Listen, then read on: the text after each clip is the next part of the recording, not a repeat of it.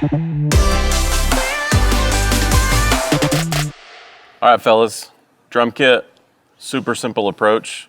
Let's, like the three of us, just collaborate on making a simple drum kit on a simple console sound good. Great. Start with kick drum. Yep, so we've got one kick mic.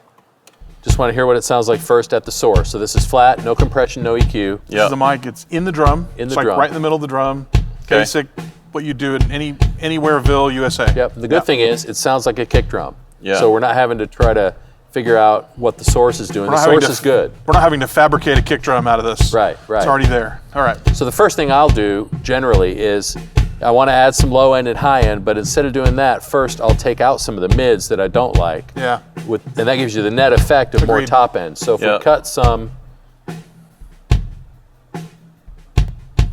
low mid stuff. Where are you at frequency wise? That's about 450 to 500 depending. And don't you find like on almost every kick drum in the universe that I walk up into, if I go up there and like notch out some 500 immediately, I go, oh, it sounds like more of a kick drum. Yeah, and I think for toms too, it's like, or acoustic. Get the boxy sound out of it. Right, Yeah. so guys who are just starting out, who don't really understand every single frequency and what it sounds like, Yeah. generally boxiness is gonna be that 4 to Around 500. Yeah. Just cut some of that, and all of a sudden you have the net effect of more top end. So this, if I'm listening to this, I'd go, okay, that sounds like a kick drum, but I'm probably going to want a little more oomph on the bottom end, right? Yep.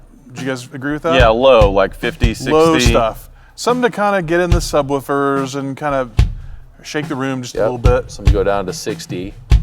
So we're adding a little bit of oomph to it, and maybe a little bit wider Q, depending, just so we're getting more of the stuff around 60 as well. And that's not going straight to your subs and sending more there. No. We're just talking about the tonal characteristic of the drum. Because I want to get as much low end in the PA as I can. Right. So that for things like broadcast mix and not having to rely on the subs for everything, there's body in the PA. Right. So I love the really shimmery top end of the kick, and sometimes I love the 1 to 2K, but it feels like a little much here. Maybe scoop some of that 1 and 2K out. Yeah, agreed.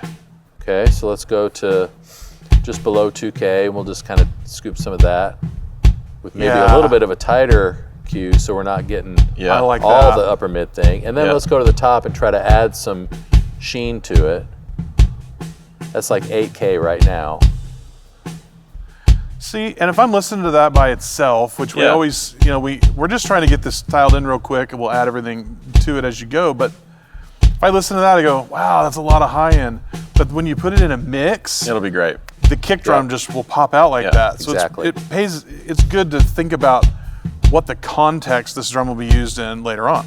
So how about a gate now? Sure. So you can hear, when you solo this kick drum, you can hear all the snare and stuff that's in there as part of it. So we're trying to isolate the kick drum. Yep. So using a gate can really help with that. And the attack is already set as fast as possible, so that's great. Okay. And so then the threshold is going to be kind of the biggest thing that determines when the gate opens, or how much signal needs to pass over it before it opens. So